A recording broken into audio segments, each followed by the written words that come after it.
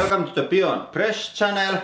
Today I will make video about my new high-speed camera Chronos 1.4, and 1.4 means 1.4 gigapixels per second, and I will come back to that, what that means. But I have been using this now for about 2 weeks. I have been using it on almost all our videos. It's so easy to use so that I can use it just like normal camera. And they have now their Kickstarter up, so I make this video now because of that. I wanted to wait for that, and they are doing really well on their Kickstarter. There has been high-speed cameras before this, even like better one that can shoot even faster. But this is so easy to use and much cheaper than previous cameras. You don't need any computers or anything else than your camera when you are filming. And the maximum resolution of the camera is 1280 times 1024, and that gives you a bit over 1000 frames per second. And when you scale down the resolution, the pixels per second that camera can save stays about the same. So if you go down like maybe 1000 times 500, you can shoot about 2500, which is still quite good resolution, but much faster than our old Sony RX100. And the smallest resolution, 640 times about 100 pixels, gives you almost 2200 frames per second, which is really fast, and the resolution is still like usable. You can see what is happening. And my camera has 16 gigabytes of RAM, and there is also 8 gig model, and they give you 4 or 8 seconds time to capture in one video. And the 8 second is really good on my hydraulic press channel videos, because you never know is the thing going to explode in the beginning or in the end or both. So now I have quite good window that I can capture. So if there's some small explosion, I don't have to take it from there. I can still wait for a bigger one to go. And here has been some things that I have filmed so far. One thing that is kept me a bit back is the fact that I don't have proper high-speed slow motion suitable lights. And I have been using only my 4 cheap LED panels. They are about 30 watt each. But even with those we can film like this. This is about 10,000 frames per second. And I don't remember what the gain is. And the picture isn't perfect, but it's still completely usable. And we have filmed also without the lights, or with the lights very far away on outside. And it's winter now here in Finland, or like the darkest time of the year, and as you can see, the picture is still very good. I think this is 6 decibel of gain and about bit over 2000 frames per second. So completely usable material for YouTube or places like that, even without the lights outside. And this is filmed with really good lights. I am going to both the same lights that we used in this time. I have them rented with the Phantom camera, the Flex 2K model. And here is coming exactly the same explosion filmed with Phantom. The frame rate is of course higher, so it's not totally the same, but you get the idea. The Phantom Flex 2K is about maybe 20 times more expensive than this camera. So yeah. And besides all the really good frame rates and good price, there is also the usability side of the camera, and I decided that I should demonstrate that on this video. So I'm going to put some lights up and set the camera ready, and we are going to film something and I show how the camera works. So here is my case for the camera. I bought this from hardware store here in Finland. It costed like 30 euros, and this is the only thing that I need for the camera when I go outside or into my shop film. And of course the tripod and lights if I don't have enough light like from the sun. And so here is the remote control for the camera. You attach this end to the camera, so then you can press from here, so you can be quite far away. Then I have some protective lenses and cases for those. And then here is the camera, and I have attached this quick install plate here, but there is normal camera thread here, and your battery is behind this. It's this old and bulky battery for, I think it was, I have one new here, it's for Nikon cameras. These are, you can find these from eBay or Amazon or wherever, and it gives bit over 1 hour of use time even in the cold weather, so that's quite good. And then you have some connections here.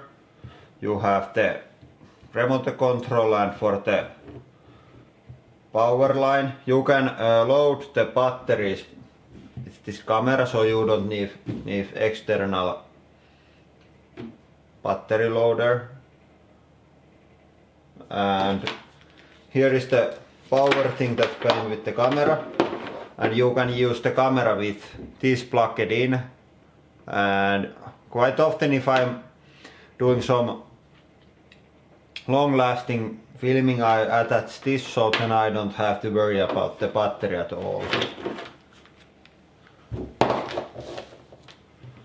And I have the zoom lens that is available on the Kickstarter. It has all the basic adjustments. Here is the aperture, or how you call that. It goes from 1.2, which gives you plenty of light but really narrow focusing distance, so it's like just the thing where you focus it and not anything before and after that.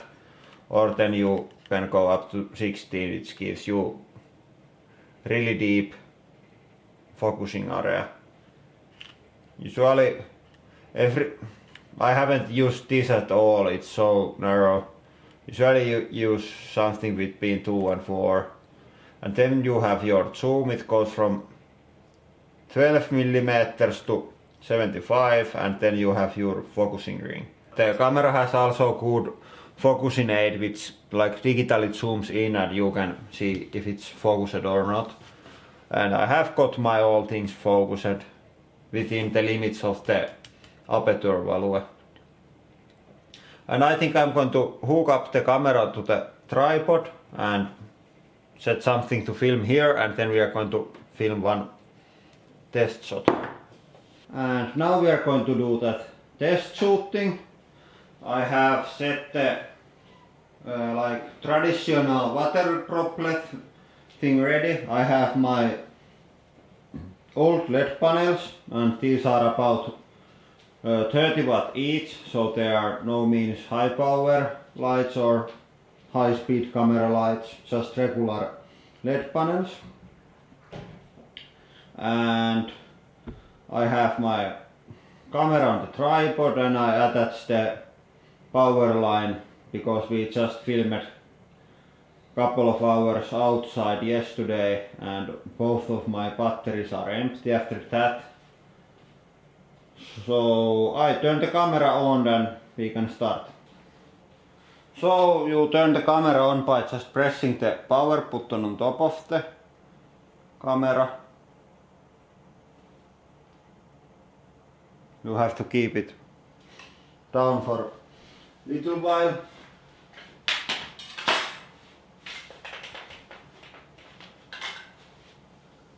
And now the camera is starting. This is still prototype software on my camera, so this might be a bit faster on the cameras that they will sell.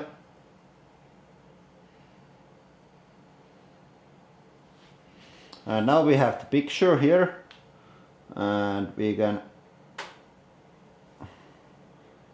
zoom in the water glass, and when you are starting to film you can do black calibration and set the white balance. In my experiences the black calibration isn't always necessary if you are not aiming for the best absolute quality, but it's good to set the white balance. Sometimes I have switched the camera on and then continued the filming without setting the white balance, and I had to do some work on editing to get colors right. But if you do the calibration, it's always good colors. So the white calibration or white balance is calibrated by just placing some white paper or something else that is white on front of your thing, and then just press the button and it's done. So it's really easy.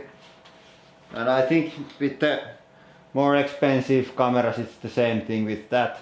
And when you have got your calibrations done and focused the camera correctly, you are ready to choose the record settings that you want to use. And you can mainly choose the resolution and the frame rate that you are going to use, and the analog gain that is the same as the ISO number on regular cameras.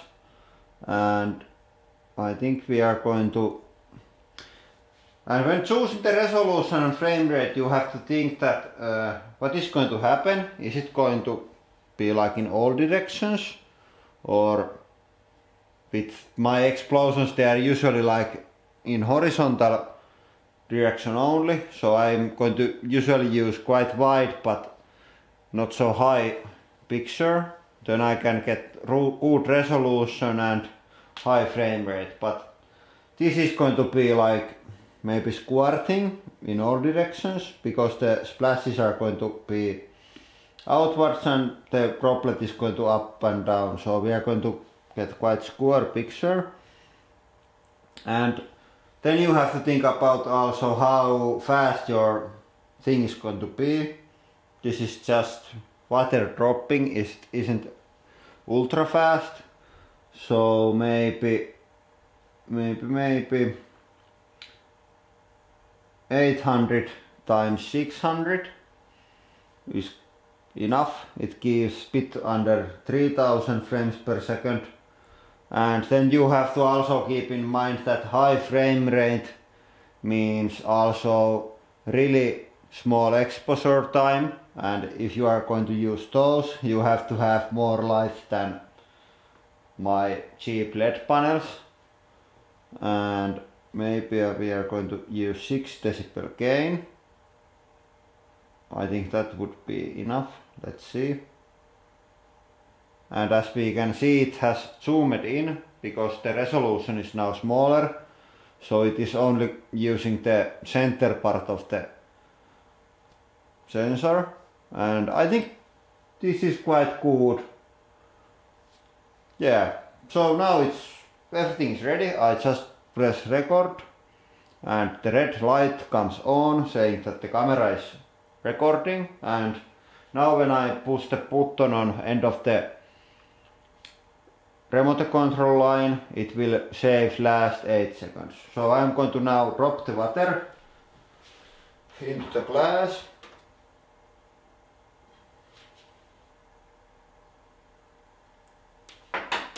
Yeah, and then we can, and now it's recorded the whole thing, and we press play button to check what we have, and now we have 24,000 frames, so we have to find the water droplet thing, and we can get roughly by dragging that.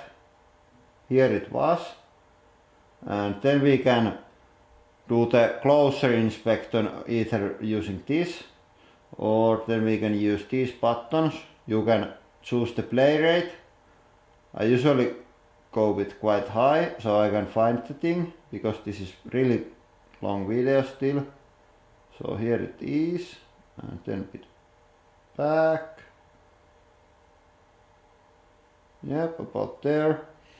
And then we lower the thing and search even closer. Here it is. And then we can watch it by maybe 30 frames per second. Like this. Here's water drop, and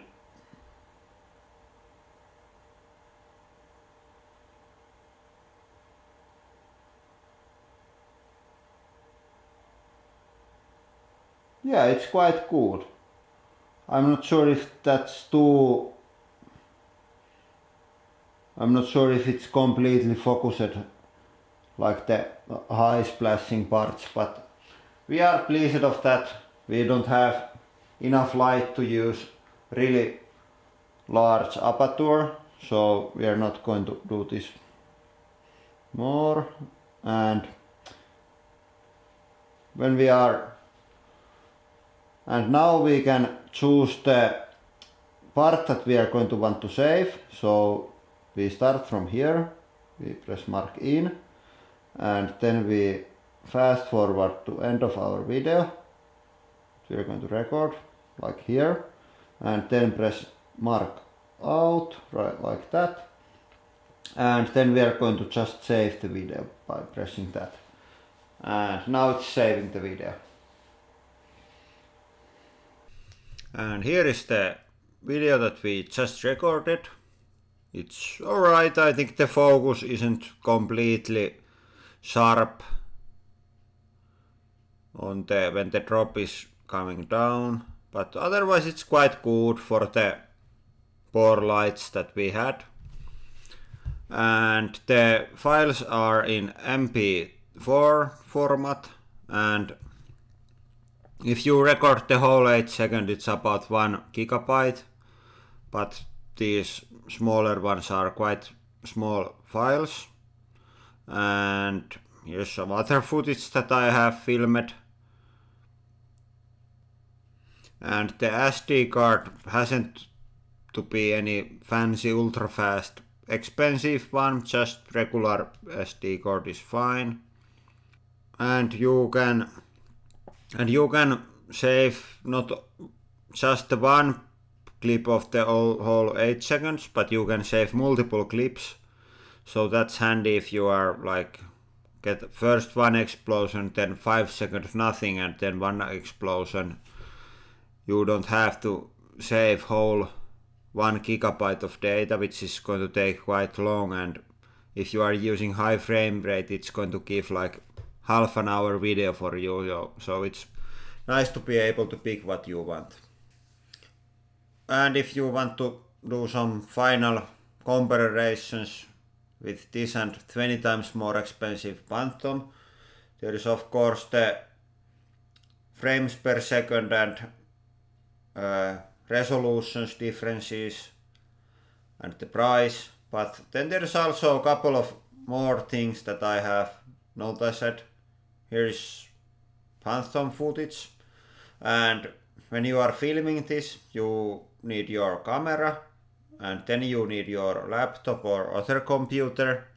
You have to connect both of those, open the Phantom software, and then you have to get power to your Phantom. It doesn't have battery, so there's quite a lot of things to do. With Kronos you just get the thing out of the bag and put it on the tripod and make some setups. It's not as easy as with some pocket cameras, it's not automatic, but if you know anything about camera, it's quite easy to do and fast, and you not need anything else than your camera.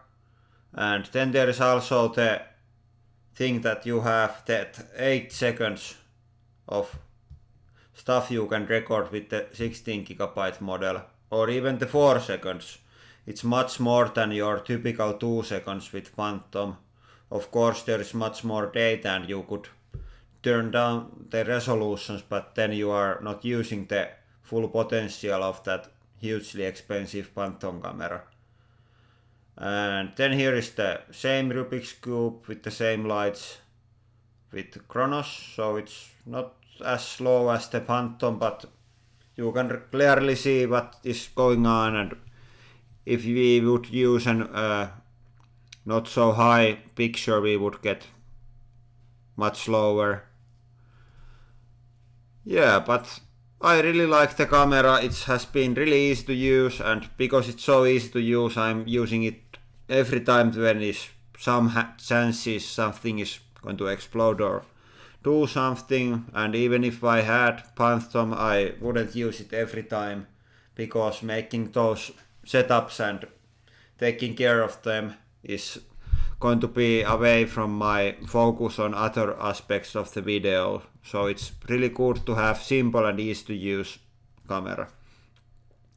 And the link to the Kickstarter is in description, and then I link also the guys who made the camera. He has his own YouTube channel which is about running lawnmower upside down and throwing some stuff there and filming it with these cameras. So it's really nice and funny channel.